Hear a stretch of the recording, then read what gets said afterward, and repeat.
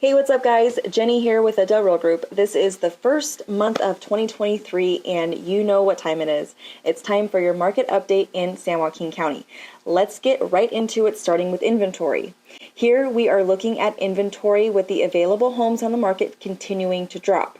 We're seeing the transactional recession that we touched on in the end of year recap still happening. We did see rates dip down again. Remember, sales or closed transactions are a lagging indicator. So anyone that has locked in a rate at 30 to 45 days ago becomes closing this month.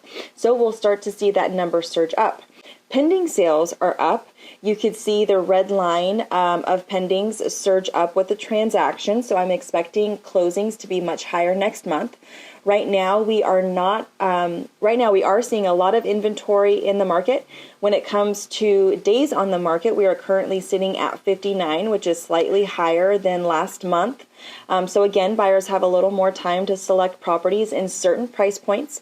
Keep in mind, certain price points move a lot quicker with the buyer activity we have today. Rates going down from 7 to 6% this month. We are starting to see a surge of activity.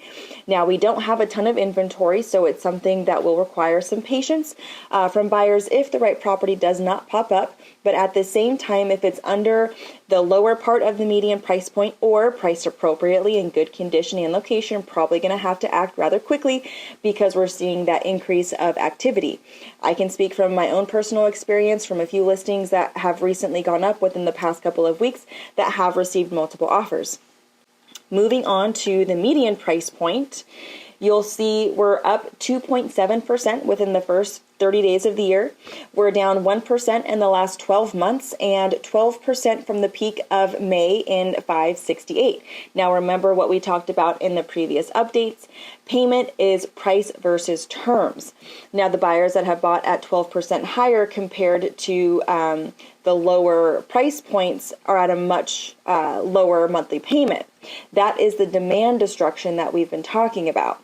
Now, the rate coming back down, you see a surge of activity. A lot of buyers wait till the beginning of the year, New Year's resolutions, let's go buy a house, which also puts pressure on the fact that the cost of housing is going up. Rents are going up because of the inventory struggle and because of the affordability destruction.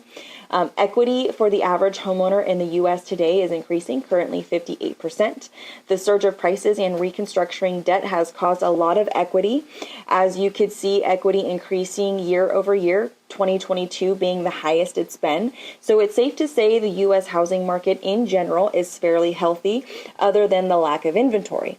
Lack of housing for the demand that we're seeing in the new household formations and for the absorption rate. We haven't broken the ceiling of 3.2 months of inventory.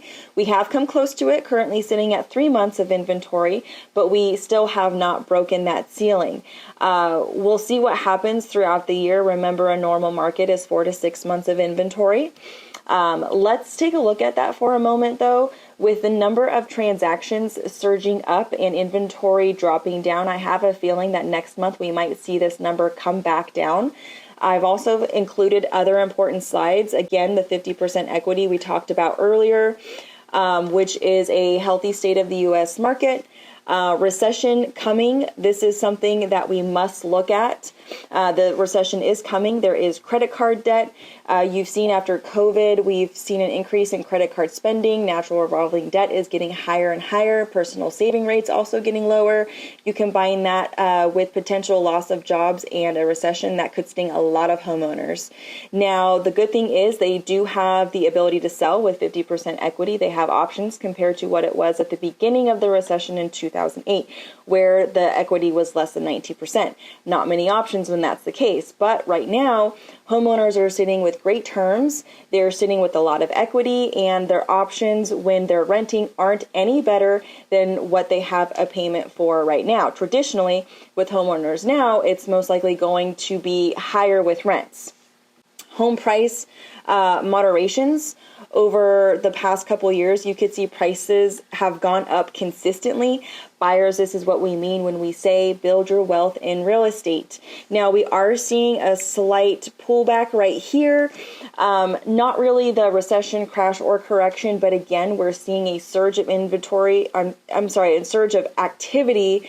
So we'll see if this continues to go down or if we can bounce back up and stabilize and become a little bit flatter. Shelter cost is currently at 39%. Another thing we must look at, cost of living is a big deal. Shelter cost on the monthly mortgage obligation increased by 17%. That affects the CPI number. Rents have been going up as well. There's a lot of housing. There's not a lot of housing out there. That is affecting the CPI's numbers. It comes all the way down across the board with food, gas, clothing, and things like that. But we're going to wait to see what that tells us and whether we're going to go into a full-out recession and what that does to the housing market. But that's a wrap for your January market update. I hope you found this information to be very helpful. Please feel free to share and spread the word with anyone that you think might benefit from this video, friends, family, coworkers. If you have any questions regarding how much your home is worth in today's market, or if you are a buyer, a future buyer, and would like to know more about the buying process, or simply talk about winning offer strategies, please tap the connect button at the top. I'm more than happy to help. Until next time, I'll see you guys. Bye.